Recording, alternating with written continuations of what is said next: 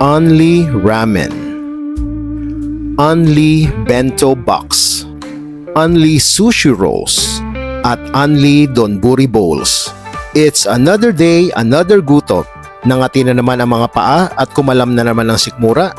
Kaya dito naman ako napadpad ngayon sa May Concepcion, Marikina para subukan ng isang restaurant na nag-offer ng only Japanese comfort food.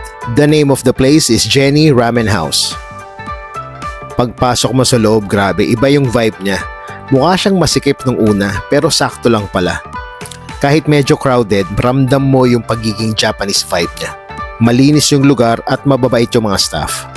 Ito yung address nila, check out nyo na lang. Maliit lang yung kusina pero kita mo kung paano nila pine-prepare yung food. Food presentation wise, pasado. Ramdam mo na seryoso sila sa negosyo. Nag-order ako ng spicy miso at saka tamtanmen.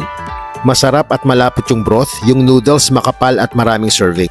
Yung pork tonkatsu, very typical yung lasa. Makapal yung meat, malutong, pero very generous din sa rice.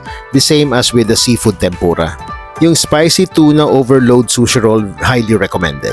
Syempre may close-up shot kahit baliktad yung angulo ng sauce, diba? Yung pork slices sa ramen, panalo authentic.